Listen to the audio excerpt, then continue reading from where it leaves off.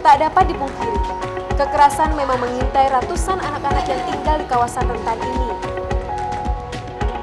Namun, bukan berarti tidak ada harapan bagi mereka untuk mengukir prestasi. Anak-anak, iya, bocah-bocah tanpa dosa ini selalu ada di sekitar kita.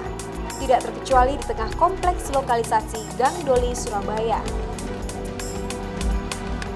Buah hati penduduk sekitar kawasan prostitusi ini harus tumbuh dan berkembang dalam lingkungan yang kurang sehat. Mereka setiap hari dipaksa menyaksikan beragam perilaku yang terlalu dini untuk dialaminya.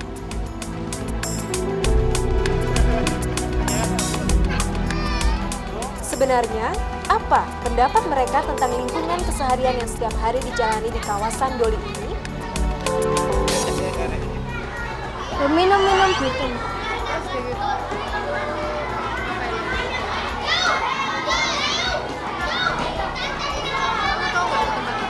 Hah? Tempat apa? Tempat disco gitu. Tahu? Tempat orang minum-minum sama nyanyi. Ya seorang perempuan pakai baju yang kelihatan itunya, terus duduk di sofa gitu, ada yang ngelayu-ngelayu, anak laki-laki gitu. Tempat uraan yang memperkosa. Tempat memperkosa. Tak pernah. Orang yang minum sama Begitulah bahasa para bocah, polos dan jujur. Ucapan yang terlontar sesuai dengan apa yang mereka rasakan dan saksikan setiap hari. Walaupun mereka ikut tertawa dan tersenyum bersama pola tingkah aneh para penghuni Doli. Tapi, apakah mereka paham dan sehat secara psikologis? Keadaan telah memaksa para bocah kecil ini tanpa ada pilihan lain. Dan ekses daripada lokalisasi ini kepada anak-anak adalah ada yang dewasa sebelum waktunya, ada yang melakukan kegiatan-kegiatan seksual yang belum pada waktunya. Karena mereka terbiasa untuk melihat itu.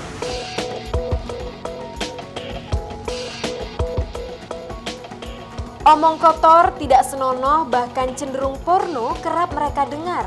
Hal ini menggerakkan perhatian sebuah lembaga swadaya masyarakat untuk melakukan pendampingan anak di kawasan ini. Mereka mencatat sejak tahun 2005 hingga sekarang sudah ada 134 kasus kekerasan terjadi pada anak. Ini adalah segelintir kasus yang terungkap di permukaan. Tentu masih banyak kasus yang tidak terbongkar atau bahkan sengaja disembunyikan. Pelapor yang mayoritas juga sebagai korban belum banyak yang berani mengunjungi ruang ramah anak atau crisis center yang ada di Wahana Visi. Para pendamping dari LSM ini tak segan-segan menempuh jalur hukum bagi pelaku dan memberi terapi psikologis bagi si korban. Kalau dia melapor langsung, itu dia ada keluhan sakit di duburnya.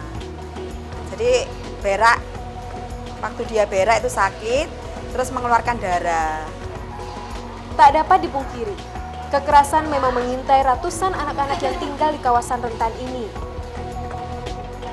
Namun, bukan berarti tidak ada harapan bagi mereka untuk mengukir prestasi, bahkan menjadi anak yang dibanggakan.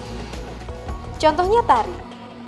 Gadis belia kelas 5 SD ini berhasil merebut predikat juara 2 kategori storytelling tingkat Provinsi Jawa Timur. Tak percaya? Kita dengar saja suara Tari dalam berbahasa Inggris lewat sepenggal bait lagu berikut. Little sunny water sleeping in the corner. Wake up, wash your face and make a bubble shake.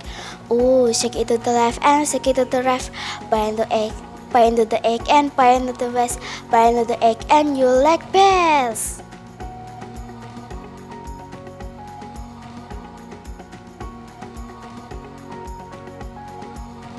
Tari tahu betul kawasan rumahnya bersanding dengan lokalisasi.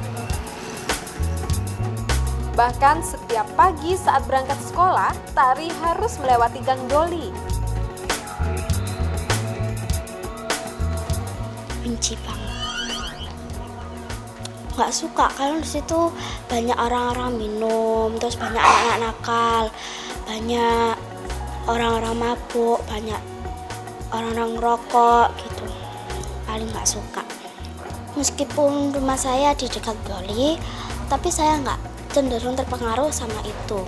Saya cuma menjalankan tugas saya sebagai seorang siswa dan sedikit terganggu dengan sikap itu. SD Negeri 8 Banyurip, Surabaya. Disinilah Tari menghabiskan separuh harinya. Sekolah yang juga terletak di tengah kawasan prostitusi ini. Meski lokasi kurang ramah secara sosial, namun prestasi gemilang banyak diukir dari para siswanya. Iya, peran sekolah dan semua pihak, juga orang tua tentunya, sangat membantu bocah-bocah kecil penerus bangsa ini ketika lingkungannya sudah tidak ramah lagi bagi mereka.